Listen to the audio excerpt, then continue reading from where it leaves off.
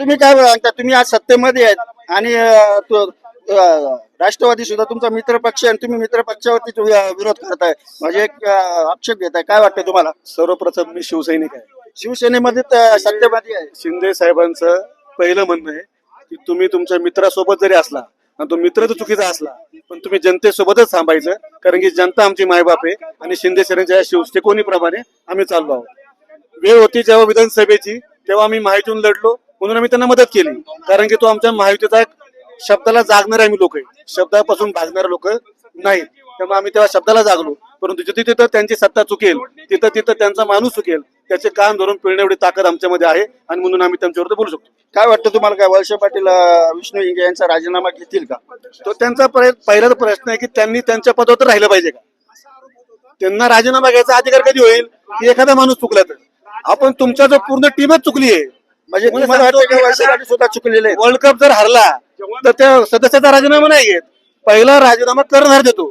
तर आंबेगाव तालुक्याचा कर्णधार म्हणून पहिलं वळसे पाटील राजीनामा दिला पाहिजे, त्यानंतर ही चौकशी त्यांनी बिना कुठला दबाव टाकता होऊन दिली पाहिजे, नाही का? आणि त्यानंतर मग जनता ठरवल परत पुढे काय करायचं आणि काय नाही. माझी सर्वप्रथम मागणी. आता लिक्विड एक जागावरून येत होतं, पावडर एक ठिकाणी येत होतं, ठाण्यावरून झाले पण इकडचे या साईडने झालं. याचं मेन ठिकाणचे दाखवले झाले मंच, आणि इथं लोडाला समजा त्याच्यावरती केस झाल्या होत्या, लोडाला टार्गेट केलं जाते. पण एफडी आयुक्त तुकाराम मुंडे यांनी सांगितलं होतं का सुशांत हिंगे हे मेन सूत्रधार आहेत, म्हणजे तर लोडावरती जास्त टार्गेट करण्यात येतं आणि सुशांत हिंगे यांचं नाव कमी घेतलं जातं. नाही, मला तर पहिले एक सांगायचंय की हे सगळे जे यंत्रणा आहेत ना, याचं टेस्टिंग करण्यासाठी एक अत्याधुनिक लॅब लागते आणि अत्याधुनिक लॅब ही फक्त चांगल्या प्रकारच्या डेअरीकडे असते. मग आता तुम्ही हा शोध लावा की पहिलं हे सर्व गणित जुळवलं कुठं, मग ते पसरवलं कुठं, आणि मग त्यांच्याकडून दूध घेतलं कोणी. मागच्या 2 वर्षाचे या सर्व 26 लोकांचे बँक स्टेटमेंट मी काढलेले आहेत आणि त्या 2 वर्षात सगळ्यात जास्त दूध त्यांनी कुठल्या डेअरीला घातले आणि कुठल्या डेअरीहून त्यांना पैसे आलेत याचे पूर्ण पुरावे माझ्याकडे आहेत. पण एफडीची कारवाई मी ते पुरावे प्रसिद्ध करत नाहीयेत.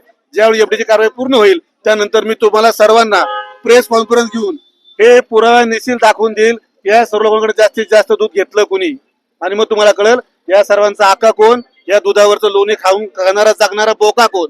आका आणि बोका हे दोन्ही आम्ही उघडे पाडू, काळजी करू. आता प्रेशर वीट करणार राकेटांमध्ये जे आता त्यांची संपत्तीची जांच झाली पाहिजे, संपत्तीच्या चौकशी होऊन त्यांची संपत्ती जप्त केली जाईल का, असं ही एक मागणी असेल का तुमची आंदोलक म्हणून? इतर आंदोलक म्हणून मागणी आहे की वाम मार्गाने कमवलेला सर्व पैसा पहिलं शासनाने जप्त केला पाहिजे. आणि मी तर ह्या पुढच्या मागणीच आहे की आदित्यनाथ योगी सारखं त्या सगळ्यांच्या घरादारावर सुद्धा बुलडोझर चालले पाहिजे, त्याशिवाय ही पुढची जनता नीट होणार नाही.